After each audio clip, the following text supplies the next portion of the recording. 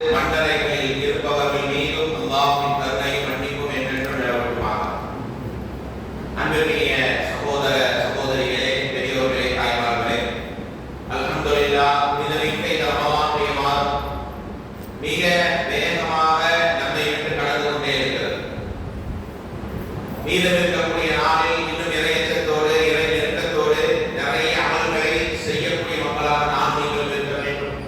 அல்லாஹ் என்னுடைய பாவங்களை குறைகளை மறைத்து மன்னித்து நாளை வறுமையில் ரையான் என்கிற வாசல் வழியாக ஜன்னத்துல் ஃபிர்தௌஸிலே உலா வரக்கூடிய உயர்ந்த பாக்கியத்தை நம் அனைவருக்கும் அல்லாஹ் தந்து அருள்வானாக. அன்பானவர்களே, மாஷா அல்லாஹ், நமது இந்த வர்க்கத்திலே வைத்து தொடர் பயானை நீங்கள் எல்லாம் வந்திருக்கிறீர்கள். இன்றைய பயான் தலைப்புக்குள் செல்வதற்கு முன்னால் ஒரு சில வார்த்தைகளை நான் சொல்லி கடக்கிறேன். மார்க்க வகுப்பிலே அல்லாஹ்வுடைய அருளை தேடி அமர்வது என்பது மிகப்பெரிய நன்மை.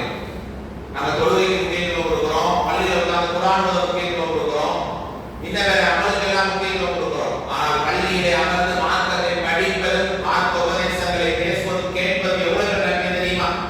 இன்னைக்கு யூடியூப்ல போடுறாங்க, லைவ்ல போடுறாங்க, நாங்கள் வீட்டில் வாங்க கேட்கிறோம், அல்லது நாங்கள் டிராவலில் கேட்டுக்கிறோம், அல்லது எவ்வாறு நாங்கள் கேட்டுக்கிறோம் என்றெல்லாம் நினைக்கிறோம். நன்மைதான். ஆனால் உங்களுடைய நேரங்களை ஒதுக்கி ஒரு சில நிமிடங்கள் நீங்கள் அமர்கிறீர்களே, அதற்காக பயணம் பண்ணி வருகிறீர்களே, இந்த அரை மணி நேரம் மிச்சம் பண்ணி தான் வேலையை சாதிக்க வேண்டுமா? மக்களுடைய அலட்சியத்தை நாம் பார்க்கிறோம். எங்கே சென்றாலும் வித்து முடிஞ்சவங்க திருவிழு ஓடிடுறது. ஏதோ நிர்பந்த வேலை, கடுமையான கஷ்டம் அல்லது உடல் நோய்னா அது வேற. ஆனால் இந்த சபைக்கு நம்ம ஒவ்வொரு அமர்ந்திருக்கிறீர்களே, சந்தோஷப்பட்டுக் கொள்ளுங்கள். அல்லாஹ் உங்களை இந்த நன்மைக்காக தேர்வு செய்திருக்கிறான். யார் காலையிலோ மாலையிலோ மார்க்கத்தை கற்க குறிப்பாக பள்ளியிலே ஒன்று கூடுவார்களோ, வேற ஏதாவது நோக்கம் இருக்கா? யார் மணி நேரம் உட்கார முடியல, வேற ஏதாவது துணியா நோக்கம் இருக்கா? வேற ஏதாவது நம்முடைய ஆசைகள் கையில் அல்லாஹ் என்னை மன்னிக்கணும், அல்லாஹ்வுடைய பொருத்தம் எனக்கு வேண்டும், இது மட்டும் தான் எனக்கு உங்களுக்கு வாங்கிய ஆசை இல்லையா? அப்படி யார் பள்ளியிலே அமர்வார்களோ பரிபூரணமான ஹஜ் செய்த வாக்கியத்தை அவர் பெறுகிறார். அரை மணி நேரம் பயணம் போனா ஒரு ஹஜ் மட்டும் போறீங்க. சாதாரணமா என்ன செய்யறோம்? லைவ்ல பார்த்துக்கிறேன், மற்ற நிகழ்வுகள் வேற நாள் அது நம்ம கடந்து போயிட்டே இருக்கிறோம். அடுத்தடுத்து வரக்கூடிய இரவு பயான்கள், மற்ற கல்வி வகுப்புகளுக்கு நேரங்களை ஒதுக்குங்கள் தோழர்கள். அது அதை மட்டும்தான் நம்ம எடுத்துக்கொண்டு போகிறோம். சென்னையில நம்ம வழியில பயணம் செய்யறோம். ஒரு 2 நாளைக்கு முன்னாடி இந்த மாதிரி பயணம் கேட்ட ஒரு சகோதரர் டெய்லி தொடர் பயணம் கேட்டிருந்தவர். அடுத்த நாள் பள்ளிக்கு போறோம். அவர் பெயரை எழுதி அவர் மௌத்தாயிட்டார் சீட்டு கொடுக்குறாங்க. அவர் வந்து துஆ செய்ய சொல்றாரு. நேற்று பயணம் கேட்ட மனிதர், நின்று ஆரோக்கியமா தொழுத மனிதர், வீட்டுக்கு சென்றிருக்கிறார். அப்படியே ஒரு மாதிரி பாத்ரூம்ல வலிக்கு விழுந்து மண்டையில அடிபட்டு இறந்துவிட்டார். பெரிய ஒரு வயசுலாம் கூட இல்லை.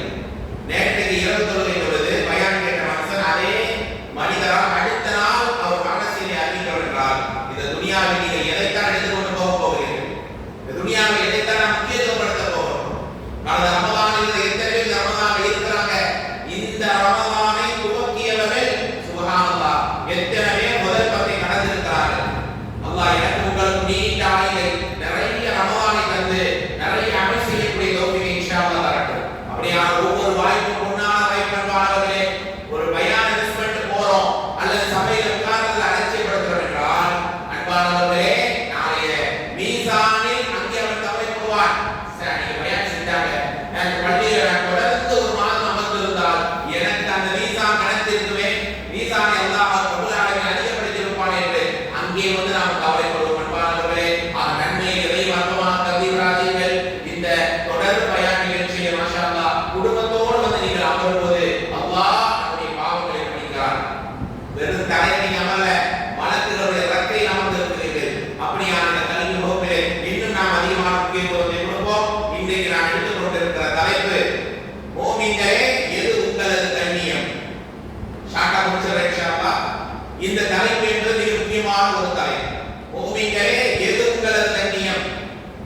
தோழர்களே, தாய்மார்களே, இந்த துனியாவிலே அல்லாஹ் எங்களை சிறந்த உயர்ந்த படைப்பாக படைத்திருக்கிறார். குர்ஆனில் அல்லாஹ் சொல்வானா இல்லையா? வலக்கத் கர்ரம்னா பனி ஆதம், ஆதமுடைய மக்களை சிறப்பிற்குரிய மேன்மைக்குரிய படைப்பாக நாம் படைத்திருக்கிறோம். எங்கே சென்றாலும் ஒரு கண்ணி எதிர்பார்க்கிறோமா இல்லையா?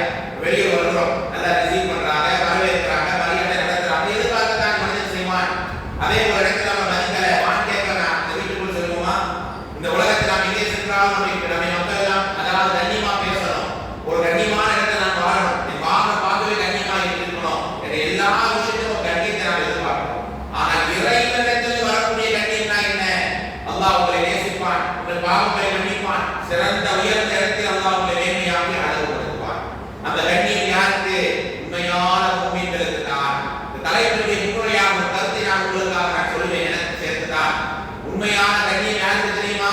முஃமின்களுக்கு தான். நாங்கள் தான் கருத்துடைய முஸ்லிம்களாக இருக்கிறோமே அல்லது மார்க்கத்தை ஏற்றுக்கொண்டு தானே வாழ்கிறோம், எங்களுக்கு இல்லாத கண்ணியமா? முஸ்லிமாக பிறந்திருக்கிறோமே, ரமலானை நோன்பு நோக்கிறோம், மார்க்கத்தின் அங்கமாக சொர்க்கத்தின் சொந்தமாக நாங்கள் வாழ்கிறோம். எங்களுடைய நிலைப்பாடு என்ன? எங்களை விட ஆக கண்ணியத்திற்குரியவர் யாராக இருக்க முடியும்? உண்மையை தவறான நிலைப்பாடு.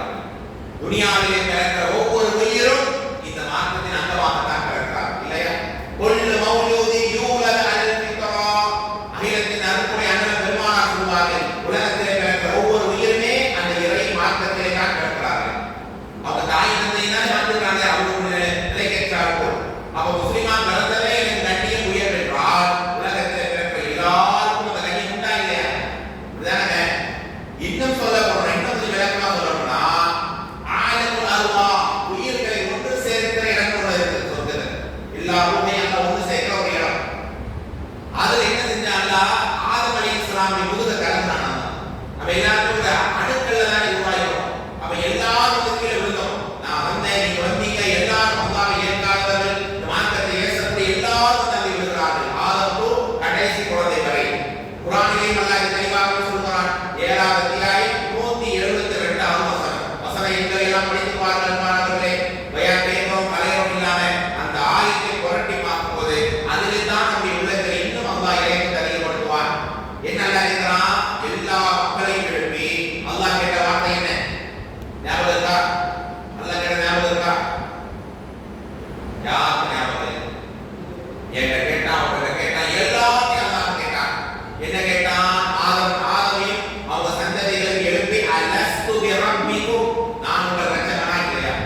நான் தான் உங்களுடைய ரப்பு. அப்புறம் அல்லாஹ் என்ன செஞ்சான்? எல்லாத்தையும் கேட்டான். இப்போ நான் சொன்னேன், நீங்க சொன்னீங்க, நம்ம மறந்துட்டோம். ஆனால் அல்லாஹ் நம்மளை எழுப்பி கேட்டிருக்கிறான். காலு பலா, ஆமாம் இறைவா, நீதான் எங்களுடைய ரட்சகன். எல்லாரும் சொல்லிட்டு தான் இந்த மண்ணுக்குள்ளே பிறந்து வந்திருக்கிறோம். நமக்கு அல்லாஹ் மறக்கடிச்சிட்டான். ஆனாலும் இந்த மண்ணிலே பிறக்கிற ஒவ்வொருவருமே அந்த ஏக இறைவனை விளங்கி அறிந்து புரிந்து தான் இந்த மண்ணிலே வந்திருக்கிறார்கள்.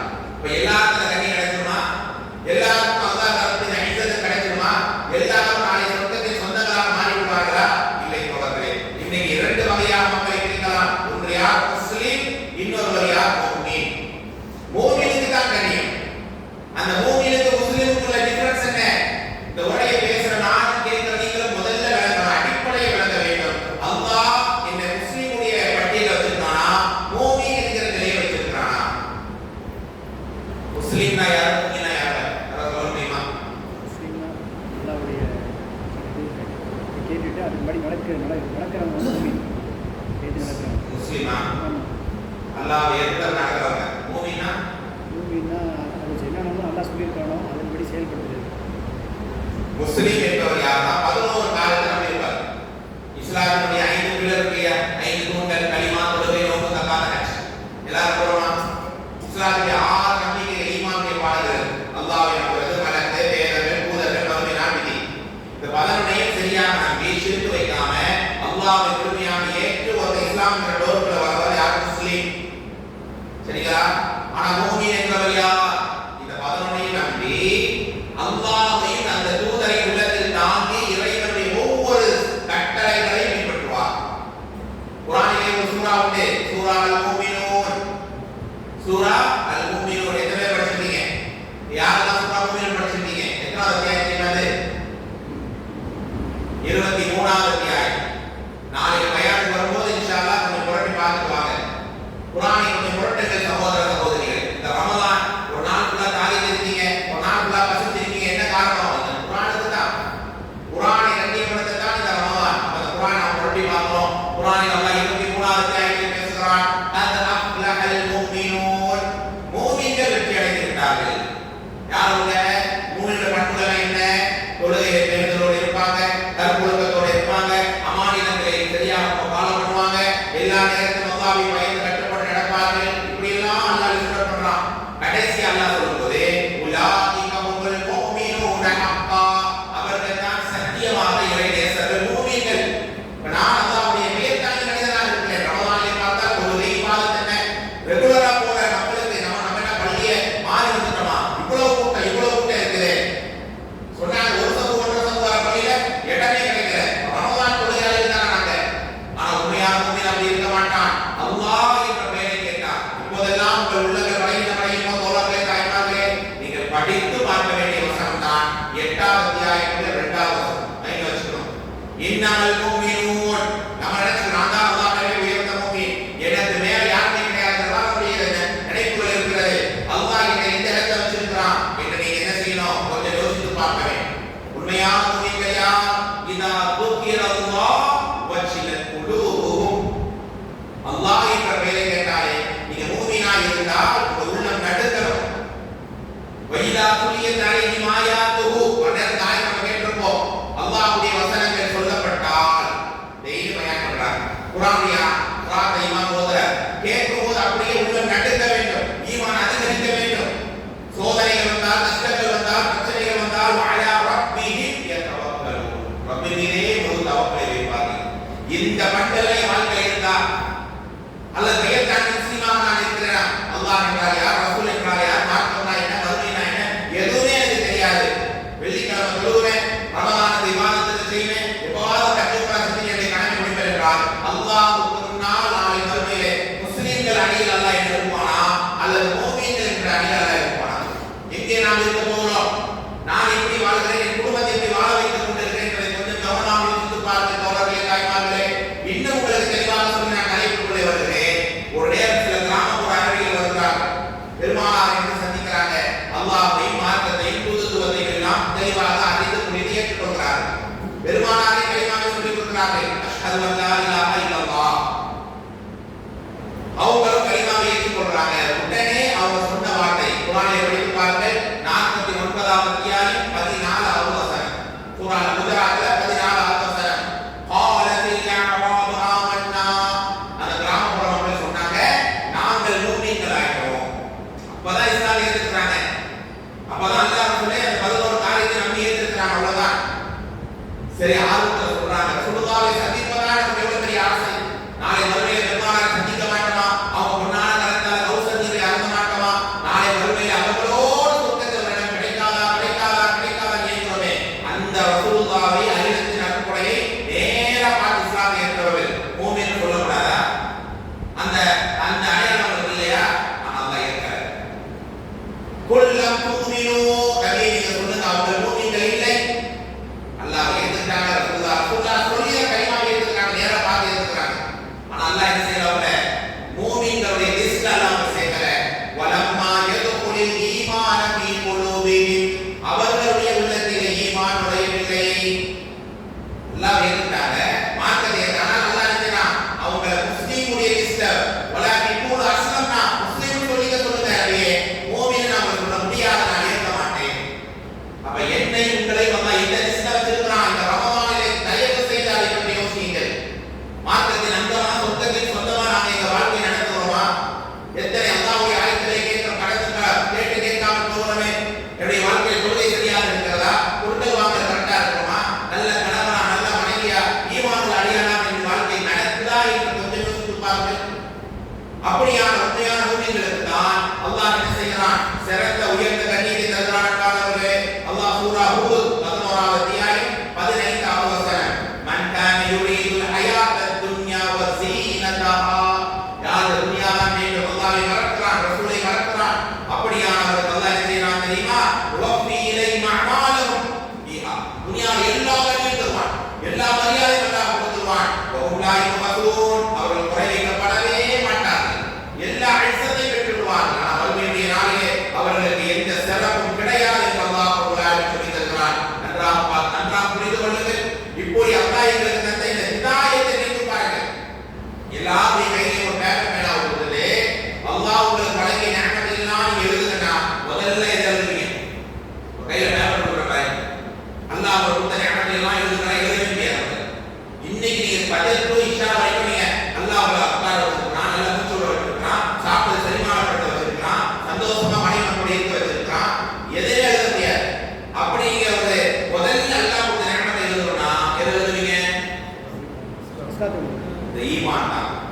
இந்த ஈமான் இல்லை என்றால் சொர்க்கம் இல்லை. சீக்கிரம் முடிச்சிருங்க. ஈமான் இல்லை என்றால் என்னது? அல்லாஹ் ரப்பல் ஆலமீன் நமக்கு எந்த அடிப்படையும் கிடையாது. ஈமான் இல்லை என்றால் நாளை சொர்க்கத்தில் நுழைய முடியுமா? இன்னைக்கு அல்லாஹ்வின் ரசூலையும் ஏற்றிருக்கிறோம் என்கிற பெயரில் இருக்கிறவர்கள் கூட ஷிர்க்லையும் பிதஅத்திலும் இருக்கிறார்களே. நமக்கு அல்லாஹ் கொடுத்ததான எவ்வளவு பெரிய நிஅமத், எவ்வளவு பெரிய ஹைர். அண்ணன் பெருமானார் அகிலத்தின் அருட்கொடை சொல்றது, நீங்க அல்லாஹ்வுடைய அந்த ஈமானால் நீங்கள் முதல் அடி எடுத்து வைக்க வேண்டுமானால் முதல் விஷயம் அல்லாஹ் எனக்கு கொடுத்த ஈமானுடைய அந்த அந்தஸ்து என்ன, எவ்வளவு பெரிய பாக்கியம், அதை நினைத்து வைத்திருக்க வேண்டும் என்பார்களே. அல்லாஹ்வுடைய தூதர் ஒரு நேரம் பாருங்க, நாம் எல்லாம் பெருமானாரை ஏற்றால் பூமியின் அடையாளத்துக்குள்ளே வருகிறோம். அப்படிப்பட்ட அகிலத்தின் அருட்கொடை அண்ணன் பெருமானார் கண்மணி நாயகம் ஸல்லல்லாஹு அலைஹி வஸல்லம் ஒரு யுத்த கால நேரம் சஹாபாக்கள் தள்ளி வந்த ஒரு ஜனாசாவிலே மையவாரிலே நின்று தேவி தேவி அழுதார்கள். பெருமானாருடைய அழுகை பார்த்து பதறி போன சஹாபாக்கள் ஓடி வருகிறார்கள். கண்மணி நாயகமே, அகிலத்தின் அருட்கொடையே இப்படி அழுகிறீர்கள் சொன்னார்கள். தோழர்களே, என்னுடைய தாய் ஆமினாவுடைய கபர், இந்த தாய் வீட்டில் பெருமானார் கருவாக சிசுவாக இருந்தார்கள். அந்த தாய் ஆமினா இஸ்லாமை ஏற்கவில்லை. என் தாய்க்கு நான் அல்லாஹ் மன்னிப்பு கேட்கிறேன், அல்லாஹ் என்னை கண்டித்தான், உன் தாய் கபரை வேண்டுமானால் பார்த்துக் கொள்ளுங்கள் நபியே, மன்னிப்பு எல்லாம் கேட்க கூடாது, அல்லாஹ் கண்டித்தான். என் தாயின் நிலையை நினைத்து நான் அழுகிறேன். பெருமானாருடைய அம்மா பாப்பா கிடைக்காத ஈமானை என் தாய் தந்தை அல்லாஹ் தந்தானா இல்லையா? அதை நினைக்கும் போது அலட்சியம் வருமா? அதை நினைக்கும் போது தொழாம சொல்லுமா? அதை நினைக்கும் போது இப்படி பாவத்தில் இருக்கிறோமே என்ற நினைப்பு வருமா? யோசித்து பாருங்கள். அந்த ஹிதாயத்தை நினைத்து பாருங்கள். யாருக்கும் கிடைக்காத இந்த ஈமான், இந்த உலகத்தை நான் செல்வமில்லை ஞானத்தை மதிக்கிறோம். இதே சபையில் பெரிய மந்திரிகள் வருகிறார், பெரிய கோடீஸ்வரர், பெரிய பொறுப்பில் உள்ளவர், திடீர்னு உள்ள நுழைகிறார்னா எல்லாரும் திரும்பி பார்த்து அவர் போய் வரவேற்ற வகையை பிடிச்சுதான் இருக்குமா இல்லையா? மனுஷன் தான் எல்லாரும் தான் செய்வாங்க. ஆனால் அல்லாஹ்விடத்தில் உண்மையான கண்ணியம் உள்ளவன் யார் தெரியுமா? ஒன்றுமில்லாதவனாக இருப்பான், ஏழையாக இருப்பான், அனாதையாக இருப்பான், அவன் கையில ஒன்றுமே இருக்காது. ஆனால் அவன் ஈமான் இருக்கும் என்றால் அவன் தான் அல்லாஹ்விடத்தில் உண்மையான கண்ணியத்துக்குரியவன். அப்படியான கண்ணியத்துக்கு தகுதியானவனாக நான் இந்த வண்டியை வாழ்ந்து காட்டணுமா இல்லையா? அப்படி ஒரு உறுதிமொழியை இந்த ரமதானில் எடுக்கணுமா இல்லையா? மாணவர்களே, பெருமானார் ஸல்லல்லாஹு அலைஹி வஸல்லம் அவங்க வாழ்க்கையில கடுமையான கஷ்டப்பட்ட ஒரு தருணம் உண்டு. சுப்ஹானல்லாஹ். பெருமானார் ஸல்லல்லாஹு அலைஹி வஸல்லம் அவங்க இளமை காலத்திலிருந்து அவங்களை பராமரித்த ஒரு மனிதர் யார் தெரியுமா? சுப்ஹானல்லாஹ். யாருங்க? அபூ தாலிப். இந்த வரலாறு எப்படி சொல்லலாம்? அபூபக்கர் ரலியல்லாஹு அன்ஹு, அபூபக்கர் ரலியல்லாஹு அன்ஹு எப்படிப்பட்ட ஒரு சஹாபி. தன் மரண நேரத்தில் பெருமானார் சொன்னார்கள், எல்லோருடைய உதவிக்கு நான் கைமாறு செய்து கொள்வேன். அபூபக்கரின் உதவிக்கு நான் கைமாறு செய்யவே முடியாது. ஏன்? அவர் செய்த அவ்வளவு அதிகம். அல்லாஹ் உதவி கைமாறு செய்வான். இப்படி சிலாமிக்கப்பட்ட ஒரு தோழர். அபூபக்கர் இல்லைன்னா அபூபக்கர் சொர்க்கத்திலே இருப்பார். எவ்வளவு பேர் இஸ்லாமில் கொண்டு வந்திருக்கிறார். ஆனால் வாப்பா அபூ குஹாஃபா இஸ்லாம்ல ஏற்கல. அவர் குருமுனியெல்லாம் பழுது தொங்குது, கண் பார்வையெல்லாம் போயிடுச்சு, அவ்வளவு வயசாகி ஆயிட்டார். அந்த உண்டியல்ல கட்டு போட்டு கொடுத்தா காசு நினைச்சுதான் இருப்பார். அவ்வளவு ஒரு வயது மலிகி போன நிலையில அவர் இருக்கிறார். அல்லாஹ்வுடைய நாட்டப்பட பாப்பா தான் சொன்னாலும் அவர் மனசு இறங்க ஒரு நேரம் பெருமானாரை, அதாவது ஒரு நேரம் பெருமானார் ஸல்லல்லாஹு அலைஹி வஸல்லம் சந்திக்க ஆசைப்படுறார். அவனை அபூபக்கர், நான் இப்போது மார்க்கத்தை ஏற்க தயாராக இருக்கிறேன். கொள்ளி குறிக்கிறார் அபூபக்கர் ரலியல்லாஹு அன்ஹு. சுப்ஹானல்லாஹ். கொள்ளி கேட்காத மனிதருக்கு அல்லாஹ் ஹிதாயத்தை தந்திருக்கிறானே, நேர்வழியை தந்திருக்கிறானே, மார்க்க ரசூலுல்லாஹி போறாங்க. உடனே பாப்பா அப்படியே கைத்தாங்களாக கூட்டி கொண்டு அப்படியே வயசாகி அவங்க ரெண்டு பேரும் வரத பார்த்து ரசூலுல்லாஹி அவங்க இடத்துக்கு போறாங்க. அபூபக்கர் எல்லாம் திட்டுறாங்க, இங்க சிறிய பிள்ளைகள் இருக்கிறார்கள், மூத்தவர்களுக்கு மரியாதை கொடுங்க. சிறிய பிள்ளைகள் பெரியவரை பார்த்து வாங்க போங்க. அப்படி அல்ல, ரசூலுல்லாஹி எழுதி ஓடுறாங்க. ஏப்பா வயதானவரை அலக்கடிக்கிறீங்க, நான் வந்து பிள்ளை உங்க வீட்டுக்கு அப்படின்னு சொன்னாங்க. அந்த காரணம் அபூபக்கர் உடனே பெருமானார் ஸல்லல்லாஹு பார்த்த உடனே அபூபக்கர் எல்லாம் ஆட ஆரம்பித்து விட்டார். அல்லாஹ்வுடைய தூதரை, இந்த நாளா நான் ஏங்கிய ஒரு காரியம் என் பாப்பா இஸ்லாம் கிடைக்கணும், அல்லாஹ் அந்த மார்க்கத்தை கண்ணியத்தை கொடுக்கணும் என்று நான் ஏங்கினேன். அந்த கண்ணியத்தை சுப்ஹானல்லாஹ் என் பாப்பா அல்லாஹ் கொடுக்கிறான். அவர் இஸ்லாத்தை ஏற்க தயாராக இருக்கிறார். யா ரசூலல்லாஹ், நீங்க தான் கலிமா சொல்லி கொடுக்கணும் என்று கேட்கிறாங்க. அபூ குஹாஃபாவுடைய கையை ரசூலுல்லாஹ் வாங்குறாங்க. அபூ குஹாஃபாவுடைய கை கீழே இருக்கிற ரசூலுல்லாஹ் அவர் மேல கை வைக்கிறாங்க. அபூபக்கர் வாங்க, நீங்க உங்க கையை மேல வைங்க. அப்படி ரெண்டு பேர் கை இரண்டு ரசூலுல்லாஹ் கை இருக்கிறது. அஷ்ஹது அல்லா இலாஹ இல்லல்லாஹ் என்ற கலிமாவை பெருமானார் சொல்லிக் கொடுக்க அபூபக்கர் ரலியல்லாஹு அன்ஹு தேவி ஆனார். அவர் அழுகை அவர் கையில பட்ட ரசூலுல்லாஹ்வுடைய கரத்தின் மேலே படுகிறது. அபூபக்கர் அவர்களே, ரசூலுல்லாஹ்வுடைய கேள்வி நியாயம் தானே, உங்க வாப்பாக்கு இந்த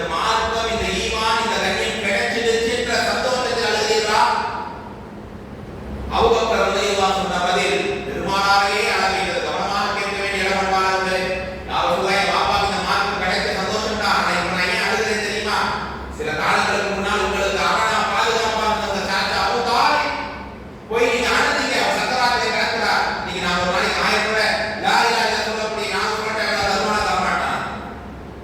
ஒரு முறை சொல்லுங்க, அப்புல் லா இலாஹா இல்லல்லாஹ் அன உஆஜிபின், ஒரு முறை சொல்லுங்க, அதை கொண்டு நான் அல்லாஹ்வோடு பேசுவேன். கடைசியில் அவர் சொல்லவே இல்லை. அல்லாஹ் ஆயத்தை இறக்கினான், இன்னக லா தஹ்தி மன் அஹ்பப், நபியே நீங்கள் நாடியவர்களுக்கெல்லாம் இந்த மாற்றத்தை கொடுக்க முடியாது. வலாகின் அல்லாஹ் யஹ்தி மன் யஷா, அல்லாஹ் நாடுகிற மக்களுக்கு தான் இந்த மாற்றத்தை கொடுப்பான். கடைசியில் இஸ்லாமிய காமையை அவர் நோக்காயிட்டார். இன்று வரை நீங்கள் அழுகிறீர்கள். நான் ஏன் இப்போது அழுகிறேன் தெரியுமா? அவர்கள் சொல்றாங்க, ஏன் பாப்பா இஸ்லாத்தை ஏற்று நான் சந்தோஷப்பட்ட மாதிரி உங்க சாச்சா இஸ்லாத்தை ஏற்று யா ரசூலல்லாஹ் உங்களால் சந்தோஷப்பட முடியலையே, அதை நினைத்து அழுகிறேன். உடனே அபூபக்கர் ரலியல்லாஹு அன்ஹு கட்டி அணைத்து அழுத பெருமானார் கதற ஆரம்பித்து விட்டார். எப்படியான நேர்வழியை அல்லாஹ் கையில் தந்திருக்கிறான். இளைய சமுதாயம் மாற்றமே என்னன்னு தெரியல. இளம் பெண்கள் அல்லாஹ்வுடைய சட்டங்களை பேணுவதில்லை. குடும்ப தலைவர்கள் வீட்டிலே வியர்த்தாங்கிகளாக இருக்கிறார்.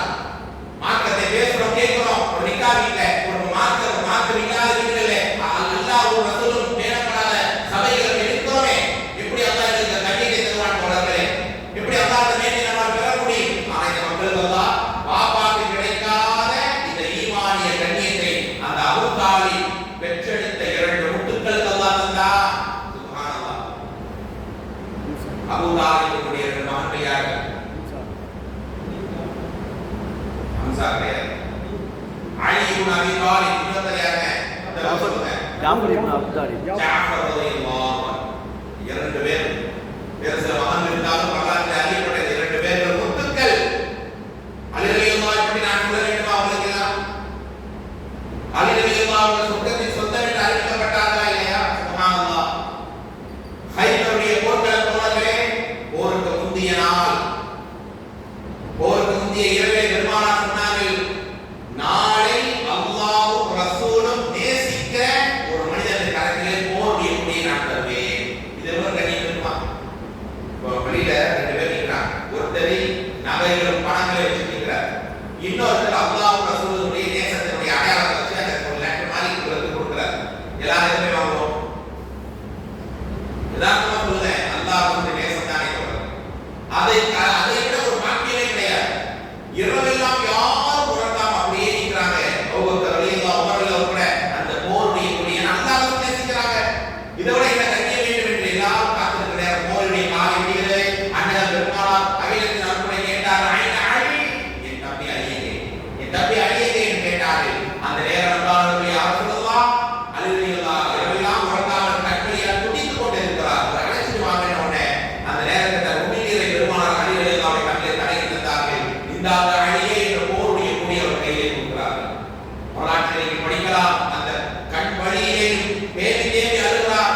இரவெல்லாம் எல்லாரும் ஏங்கியதை நான் கண்ணால் பார்த்தேன். எனக்கு அந்த போர் கொடி கிடைக்குமா கிடைக்குமா கிடைக்குமா என்று ஏங்கி, ஆனால் எனக்கு அந்த பாக்கியமா அல்லாஹ் ரசூல் நேசிக்கிற மனுஷன் நான்டா என்று அழுகையாக குறித்து போனார்களா? இப்படிப்பட்ட ஐசத், எப்படிப்பட்ட கண்ணியம்! இந்த மார்க்கத்தின் அங்கமா நாங்கள் வாழும்போது, மார்க்க சட்டங்களை பேணும் போது, பெயர் தாங்கிகளாக இல்லாத நிலையில் இருக்கும் போது அல்லாஹ் ஒரு கண்ணியத்தை மண்ணிலேயே தருவான். இன்னொரு மகனை சொன்னே, ஜாஃபர் ரலியல்லாஹு தந்தைக்கு கிடைக்காத மார்க்கத்தின் கண்ணியத்தை அல்லாஹ் யாருக்கு தருகிறான் பாருங்கள். அவர் ஆரம்பத்திலேயே மனைவி, அவன் மனைவி என்னங்க? அஸ்மா பின் உமைஸ்.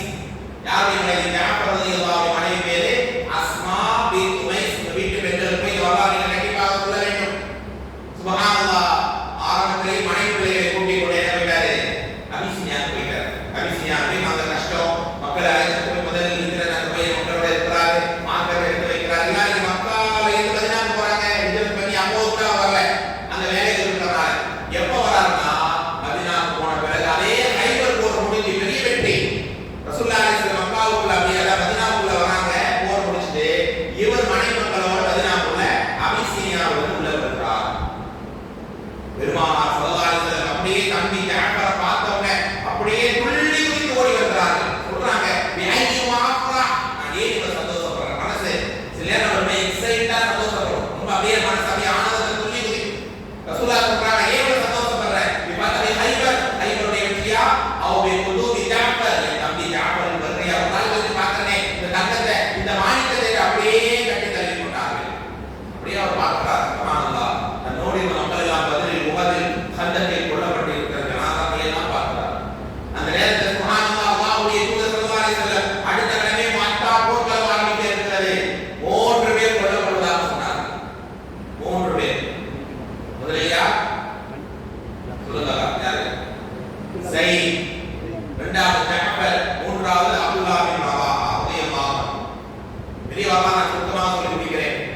போரில் அவர் கலக்கிறார். 2 கை வெட்டப்பட்டு 2வது ரசூலுல்லாஹ் முன்னறிவிப்பு தான் நடக்கத்தானே செய்ய இறந்து விட்டார்.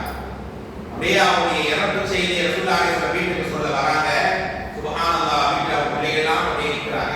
அவங்க மனைவி வெளியே வருகிறார். பெருமானாரை பார்த்தவுடனே அஸ்மா விலகி கொண்டார்கள். தன் கணவரின் மௌத்து செய்தியை தான் ரசூலுல்லாஹ் கொண்டு வந்திருக்கிறார்கள்.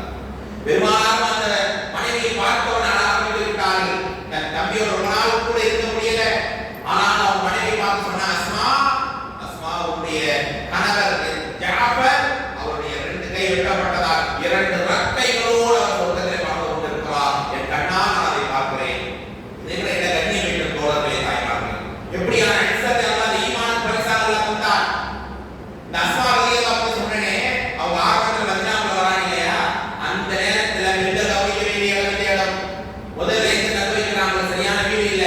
ஹப்ஸா ரலியல்லாஹு அன்ஹா தங்க வைக்கிறாங்க. யார் வீடு? ஹப்ஸா ரலியல்லாஹு அன்ஹா வீடு. முதல்ல அங்க இருங்க அப்படிங்கிறாங்க. ஹப்ஸா யாருடைய மகள்? உமர் ரலியல்லாஹு அன்ஹு மகளை பார்த்து உமர் எல்லாம் வீட்டுக்கு வராங்க. வந்த நேரத்துல மகன் கேட்கிறாங்க, இன்னும் அவங்க யாரும் இருக்கிறாங்க? ஆமா, அஸ்மா வந்து இருக்கிறாங்க. உமர் ரலியல்லாஹு ஒரு விளையாட்டாக தான் பேசுறாங்க. அஸ்மா ஜாஃபருடைய அவங்களாம் இப்ப ரிலாக்ஸா மதீனாவுக்கு வந்துருக்காங்க. நம்மளாம் எவ்வளவு கஷ்டப்பட்டு மக்களால் வந்தோம், வீர கையில பிடிச்சிட்டு எவ்வளவு வழியோட எவ்வளவு பிரச்சனையோட வந்தோம். இப்ப நமக்கு தானே நன்மை கூட அப்படின்னு உமர் ரலியல்லாஹு ஒரு விளையாட்டாக தான் பேசுறாரு. ஆனால் அஸ்மா ரலியல்லாஹு அந்த வார்த்தையை கேட்டவுடனே அதிர்ந்து விடுகிறார். என்ன எங்களுக்கு நன்மையில் குறைவு, நாங்கள் ஈமானில் குறைந்தவர்களா? ஏன் உமர் இப்படி பேச வேண்டும் என்று வெளியே இளவரசர் ஒரு ஹிஜாபை வாங்கி கொண்டு நேரா பெருமானார் சபைக்கே வந்து விட்டார். யார்? அஸ்மா பின்த் உமைஸ். யார் சொல்லலாம், இந்த உமர் ரலியல்லாஹு ஏன் இப்படி சொல்கிறார்? நாங்கள் எல்லாம் இப்போ வந்திருக்கிறோம், மதீனாவுக்கு பெரிய சிரமப்படவில்லை. ஆனால் அவங்க எல்லாம் கஷ்டப்பட்டு வந்தார்களாம், நன்மையை கூடலாம். நீங்கள் சொல்லுங்க யார் சொல்லலாம்? அல்லாஹ்வுடைய தூதரே, அகிலத்தின் அருட்படையே, ஆரம்பத்தில் அபிசீனியாவில் நாங்கள் பட்ட கஷ்டங்கள் உங்களுக்கு தெரியாதா? நாங்கள் ஏன் மதீனாவில் அப்படியே தங்கியிருந்தோம்? இந்த மாற்றத்தை வளர்க்கத்தானே, ஈமானிய நிலையில் வாழத்தானே யார் சொல்லலாம்? ஏன் உமர் பேசுறார்? எங்கள் ஈமானில் நாங்கள் பலவீனமானவர்கள், அல்லாஹ்வுடைய மரியாதை குறைந்தவர்கள் என்று கேட்டு அழுகிறார். பெருமானார் சற்று நேரம் அமைதியாக இருக்கிறார்கள். அந்த நேரத்தை தலையை உயர்த்துகிறார். அல்லாஹ்வுடைய தூதர், அஸ்மா, நீ சந்தோஷப்பட்டுக் கொள், போய் சொல்லுங்க உங்களிடத்திலே எல்லாரையும் 2 மடங்கு நன்மை அல்லாஹ் தந்து விட்டான், 2 மடங்கு கூலி அல்லாஹ் தந்து விட்டான், 2 மடங்கு இக்கரத்தை அல்லாஹ் தந்து விட்டான். இந்த மண்ணிலேயே இஸ்ஸத் கண்ணியத்தை பூமிகளுக்கு அல்லாஹ் தந்தானே. சுப்ஹானல்லாஹ் சொல்றாங்க ஸல்லல்லாஹு அலைஹி வஸல்லம், மக்காவுக்கு அபிசீனியா போனது ஒரு இக்கரத், அபிசீனியா டு இப்ப மதீனா வந்து 2வது இக்கரத். அவங்க எல்லாம் ஒரு இக்கரத் தான். நீங்க 2 இக்கரத்தை செஞ்ச நன்மை உங்களுக்கு அல்லாஹ் கொடுத்துட்டான் என்று சொன்ன உடனே அந்த நேரத்தில் கையேந்துகிறார் அஸ்மா. அல்லாஹ்வே, உன்னுடைய தூதர் மூலமாக எனக்கு இந்த கண்ணியத்தை தந்தாயே, இதை விட எனக்கு வாழ்க்கையில் சந்தோஷம் இருக்க முடியும். எப்படியான இஸ்ஸத் இந்த ஈமானால் அல்லாஹ் உங்களுக்கு வழங்குகிறார். சுப்ஹானல்லாஹ், அப்படிப்பட்ட பெயர் தாங்கி மக்களாக இல்லாமல், ரமலான் சல்லிகளாக இல்லாமல் எப்போதாவது பள்ளிக்கு வந்து போவாங்க. உண்மையான மூமின்கள் யார்? அந்த மூமினுடைய அத்தியாயத்தை படிங்க. என் மனைவி, என் பிள்ளைகளை அப்படிப்பட்ட அந்தஸ்தோடு நான் வாழ வைப்பேன், அப்படிப்பட்ட இலக்கணாக நான் இருப்பேன் என்றால் அல்லாஹ் இந்த மண்ணிலேயே அந்த இஸ்ஸத்தை தருவான். 10வது அத்தியாயம் 64வது வசனம், லஹுல் புஷ்ரா ஃபில் ஹயாத்தித் துன்யா வ ஃபில் ஆখিরাহ. அவர்களுக்கு இந்த துன்யாவிலேயும் மகிழ்ச்சி உண்டு, சிறப்பு உண்டு, கண்ணியம் உண்டு, நாளை மறுமையிலேயும் அல்லாஹ் இஸ்ஸத்தை தருவான். சுப்ஹானல்லாஹ். ஏழைகளை ரசூலுல்லாஹ் ஏழை செல்வந்தன் என்று அல்லாஹ் பார்க்கல, ஈமான் கொண்டவனா எனக்கு பயந்தவன் என்று அல்லாஹ் பார்க்கிறான். உங்களுக்கு எல்லாம் தெரியும் தானே, குறைஷிகள் இந்த ஏழை இந்த சபையிலே வரக்கூடாது, அதுக்கு ஓகே நாங்கள் இஸ்லாத்தை ஏற்கிறோம்.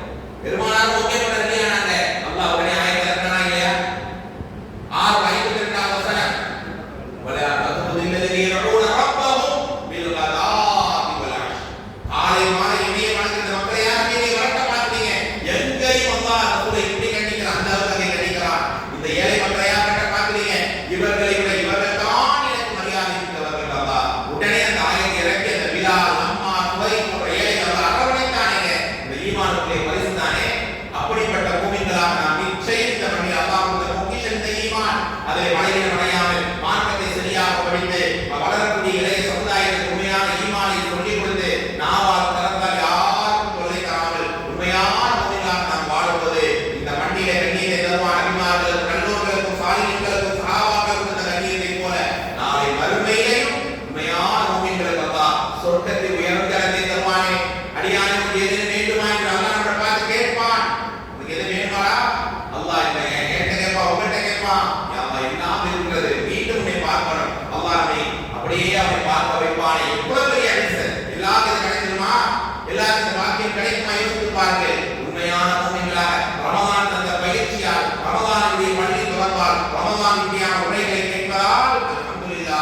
ஈமான் புதுப்பிக்கப்பட வேண்டும். உண்மையான மூமின்களாக வாழ